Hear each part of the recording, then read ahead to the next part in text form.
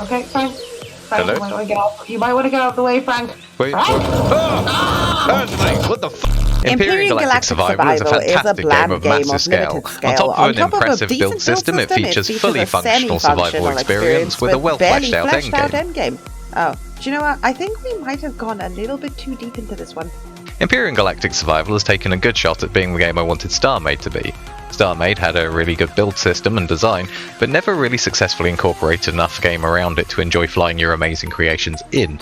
Empyrion has a nearly as good build system, but also has an actual game in which to really see what your creations can do, attaching you far more to the things you build, as they can legitimately feel like your home and or killing machine while venturing around the vast galaxy. Now, since Empyrion left early access some time ago, we will be reviewing it as a finished product, unfortunately for Eleon. Empyrion is a space-based survival game with a heavy emphasis on building, exploration and combat, both in space and on the ground. It features most of the normal survival mechanics that you would expect, the need to eat to survive and various forms of space herpes for you to inadvertently contract. Possibly less expected is the inclusion of temperature and radiation as survival elements, which somehow makes some sense most of the time and provides some real hurdles and tough choices without simply becoming annoying, with the exception of people who leave radiation hotspots on ships so your Geiger counter goes off every time you grab a snack. The build system isn't the most complex you'll find out there, but offers plenty in terms of shapes and textures, of which you can make something as beautiful as this. Designing ships can be pretty involved and definitely appeals more to players like Nathan, but don't fret if design is not your interest here. Empyrion has a factory system with Steam Workshop support, a feature which deserves plenty of credit, because this allows you to enjoy the game whether one, both, or neither of you are interested in the technicalities of building ships. This may not be unique to the game, but Empyrion has inspired an incredible number of builders to constantly pump out design after design after design. On top of that, ships are completely recyclable, so when your idiot co-op partner downloads something like this, you can make them take it apart and build something even better. Oh, now your landing gear comes up, now you work. Yeah, it's too late now though. You pissed off Frank. You pissed off Frank. Many builders deliberately work upgradability into their vessels too, so that ships can improve as your level and resources do. The connection you have with your creations in Empyrion is refreshing. I've built bigger, crazier ships in other titles, but never felt as attached to them in-game, because there's a game in which you can use them here, a game in which they are your lifeline, and there's a real chance of them getting damaged or destroyed. You and your vessel become mutually reliant, just how it should be. When it comes to exploration, we weren't kidding when we said that the galaxy is vast. It's massive and full to the brim of different factions, ships, and POIs to meet, fight, and loot. Large chunks of this content, some entire factions in fact, were submitted by the community and added to the game by the devs Eleon. The passion for creation is very clearly on display in a lot of these builds, and it really helps enhance the game when so many inspired designs come together. Combat is pretty fast-paced and brutal. Oh, no! Though ground combat is often marred by dodgy hitboxes, there seems to be no end to the horrors this game can throw at you, and in some of its more labyrinthine locations, those high DPS low-res plate carriers can become surprisingly scary. I jumped, bro. In space, things are generally quieter, though they can heat up quick if you stick your nose where it isn't wanted. As with any survival game, there is plenty of mining and gathering involved, but at least here the reward of doing so feels worth it, and the wireless logistics are possibly the best quality of life addition to any survival game. Now, just try to imagine a game that allows you to transfer an entire container of mixed cargo into another structure's containers with a click, and all production run from or to it wirelessly. Insane? Right! Also components autocraft, allowing complexity without headache. Like most space games, the music is good. It's fitting and atmospheric at times, especially in the bigger, nastier POIs. The graphics are pretty low res and a bit mixed in places, hallmarks of a game still being worked on. However, they are capable of some stunning visuals too. Eleon are continuing to work on the game, and they are improving it, which sort of makes you wonder if it should have stayed in early access a while longer. No, I can't move it. But on the whole is far better than it being abandoned. Empyrion also has a very active modding community, so active in fact that it does not take long to realize Empyrion owes much of its continued popularity to two mods in particular, but more on that later. It's time to embrace the horror! Which brings us to the plot and its delivery. Talk to this guy, talk to that computer, come over here, then come back, talk to me. You get the idea. The whole thing just feels like constant excuses to dump long text panels on you, often at moments when it seems least appropriate. Yeah, it seems like the time for some light reading. What do you reckon, Ashley? There's no voicing beyond the tutorial, which just leaves you reading or skipping vast amounts of exposition. And read it I did, just about. Much as I doubt any of the devs will ever watch this video, if you are, I'd just like to say, Eleon, that prior to being a content creator, I was an editor of scripts for theatre for over a decade. I understand that English is not your first language and that you're a small development studio. Frankly, anyone who could speak more than 10 words in a second language is definitely doing better than I am. But if you would like someone who fixed barely legible for years to take a look at the Empyrion English translation, I'd be happy to. No joke, I like your game despite its obvious problems, and I would like to help you make it better if I can. You can reach out to us on Twitter, that is if you don't decide you hate our guts in the next few minutes. Overall, the story plays out like an extremely lengthy intro to the sandbox and explanation of galactic history, then ends in a weird Christmas mission, followed with just this "to be continued?" And yes, once again, this game left early access a while ago. The way information is delivered and stored along with how quests are activated is awful. Oh, hang on, resume mission. And most quests need to be active in order to progress them. It's the village that we just went to, in fact, initially, that I was saying is probably that one. Well, It's just we didn't have the mission activated. Many elements of the game have that just about functional feel to them. Wildlife selection on habitable planets is pretty lacking, and there's no route planning or autopilot of any kind. Did we mention that this game is out of early access? Look, can somebody just push it back in? The intro can easily become confusing for new players as the game tells you very little, while simultaneously being too slow and easy for the more experienced. But once you've soldiered through, you might wonder what there really is left to do in the sandbox except build. You likely already have the ship of your dreams because the vanilla trade economy is completely broken.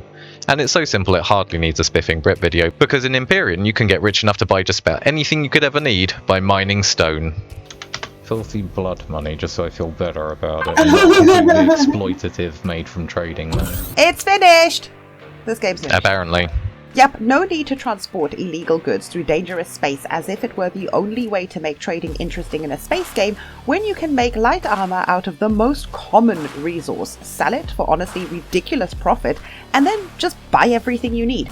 Much like Astroneer's dirt economy, you can be super rich for practically no effort, like the Royal, which doesn't exactly encourage you to go into dangerous places in search of rare resources, not when Bob at the mining station, hey, he can just sell you a whole freighter load in exchange for some pebbles. Sadly, this isn't the only thing in Empyrion which seems to be broken. I think this is the only game we've ever played which has a skip objective button for when your quest log inevitably fails to update for one reason or another, a problem which is of course more common in multiplayer. Over the course of play, we experienced a pretty wide selection of bugs, and despite the fact that Eleon actually fixed some of them mid-review, forcing us to change the script yet again, this seems to be basically the accepted state of the game by much of the community. Empyrion is, put simply, janky. So much so, in fact, that one of its most popular content creators has coined the catchphrase, Eleon, please fix. Of course, jank tends to multiply in multiplayer. We had disconnects, bugs, and freezes too, but fortunately, none of it actually destroyed our experience, nor lost us any progress, just annoyed us plenty. Incidentally, we also found that traveling in separate ships was not just better in terms of firepower, but also seemed to reduce problems a bit. Speaking of sharing a ship, something I literally designed our first capital ship to do, you need to be aware that nobody can walk around on a moving vessel. The game actively paralyzes any that have loose entities within them, and when it fails to do so, things like this happen. Fortunately, the wireless network allows passengers to interact with production and cargo while seated. They can also take control of turrets if you have any, so it's not all bad. Similarly, there are some settings which just honestly make a co-op game in Empyrion worse. They can be changed in the difficulty menu when starting or loading your game, thankfully. Firstly, blueprint building and repair speed. Okay, it seems reasonable to have these in-game. Makes sense that a ship would take some time to build. However, when I realised that my mid-range mining vessel would take 18 hours real time to craft on the fast setting, I switched this off. In single player, you can sleep to skip time. On a dedicated server, time is running while you sleep IRL, but unless you want to leave your PC on entire days, just killing time in a video game, which we urge you not to do, the only way around it is to just switch it off. The other big culprit applies more generally. Block limits. If you're of a creative bent, you're probably already thinking of building an artillery barge or something. Now modify those dreams to have only 2 artillery turrets no matter how big it is. This setting enforces hard limits on many devices, especially weapons, that you can add to your ships and bases. As balance is already provided by the CPU mechanic, which we suggest leaving on, this seems like a way to stifle creativity just for the sake of it. These enforced limits also cause another issue. They make it impossible to build a vessel capable of taking on some of the more serious threats in the game, such as the Tavera Dreadnought, 500 billion tons, without resorting to far too common tactical cheese. Sadly, the one limit this setting won't fix is the shield. Every capital shield is basically the same with 2 potential tiers, so your battleship will be stuck in the same shield potential that your starter CV had. Right, you've fiddled your settings, played some Empyrion, traded your way to financial supremacy, and completed the plot. What now? Well, you can explore. There are factions with some other quests and lots of awesome POIs to see. You can wage war, either against your natural enemies or just by picking a faction to have a problem with and letting them know the normal way. But what do you get out of it? That limited loot pool, you probably have most of it already. It's basically just some improved guns and a set of armor anyway. I guess the question is, are you motivated by exploration for material rewards you could get easier elsewhere? Good for you if you are, but for us, this is the most disappointing factor with Empyrion. There's basically no real endgame. Well, that's that then. Good concept, lots of potential, sadly never be realised, oh well. Well, bye. Oh, wait. Didn't we say something about the modding community? Ready in to save this scene like Steve Buscemi on a nuclear bomb and modders Revian FF and Vermilion, combining their 2 individually modded scenarios, Project Eden and Reforged Galaxy, into the widely downloaded Reforged Eden mod. So what does this do for you may ask? Well, to put it simply, it eliminates most of the negative stuff we just said about the game.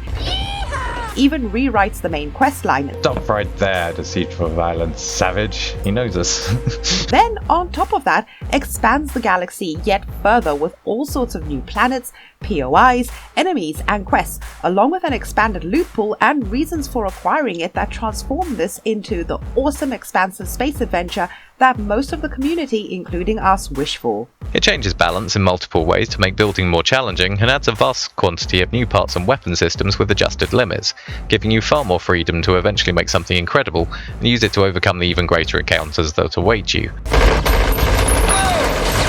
This list isn't even expansive, we seriously don't have the time to go through it all, but you'll probably get the idea when I point out that they even went to the effort of changing or removing certain annoying vanilla sound effects. This mod even improves co-op potential as the reworked build system makes it very difficult to have a ship that can do it all, especially early game, meaning that you're more likely to mix and match vessels to cater to multiple needs as a group in this new, more hostile atmosphere. This is so much fun, it's freaky! It may seem odd in a review for us to be recommending a game due in large part to a mod which enhances it so much, but our videos here are primarily about letting you know of fun things to play together, and in this case ignoring the mod would be tantamount to writing off the game. It would be like saying that Arma 3 lacks a lot of interactivity that you would hope for without ever mentioning the Ace 3 mod, which pretty much the entire community uses. Or to talk about the lack of options with NPCs in Skyrim without ever acknowledging the vast quantity of perverse. Which is why we're showing them side by side, so you understand what we're recommending here. So what's our final take on Empyrion? Well, it's kind of like Ark in space, in a way. Conceptually great, but executed poorly. Unlike Ark though, we haven't had any completely game-breaking bugs yet. The game has an actual plot that clearly someone on the dev team put some thought into, and arguably modding and community support is even better. Empyrion may not be the most competently made game straight out of the box, but it still was a lot of fun to play, and if you find vanilla too limiting like we did, now you know where to find the answer. If you can get past the bugs, ignore the dinosaurs everywhere, and probably download Reforged Eden, Empyrion is sort of a heavily deformed masterpiece, capturing a game environment which finally not only complements its build elements but really gives them purpose.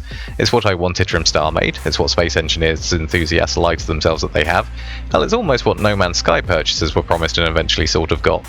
Besides, can you really stay mad at junk that gives you this guy? Now, is it a good co-op game for couples and duos? Hard to say. We can't possibly speak for every potential couple out there. I guess if this video made Empyrion seem interesting to you, then give it a shot. It'll definitely be a more rewarding experience if you're both intrigued by the game's premise and mechanics. In our case, this is more Nathan's sort of game than mine, which is compounded by the fact that space POIs, some of which are plot related, can quickly become a motion sick player's worst nightmare. If you find that it is your thing, you'll find all the ships featured in the video down in the description, so you can look them up on the workshop if you want to try them out yourselves. On a final note, we would like to thank everybody who has on any level contributed to this game. Ravian and Vermilion are the most obvious, along with builders like Jay Randall, but community projects spearheaded by content creators like Spange have integrated the work of so many people, it's honestly hard to even know how many of you are out there, especially as Eleon, as far as we can tell, neglected to add a credits page for you all. Your combined efforts have seriously improved Empyrion, and all of us that play it get to benefit, so thank you. We're now over on Twitter, so you can follow us there for updates, but don't forget to like and subscribe here as well, and keep staying tuned for more. Thanks for watching, everybody. Oh god, I hope that's right. I'm not doing a 6. F you, OBS. If you've screwed this, I'll find the developers and I'll come and cats. Bastards.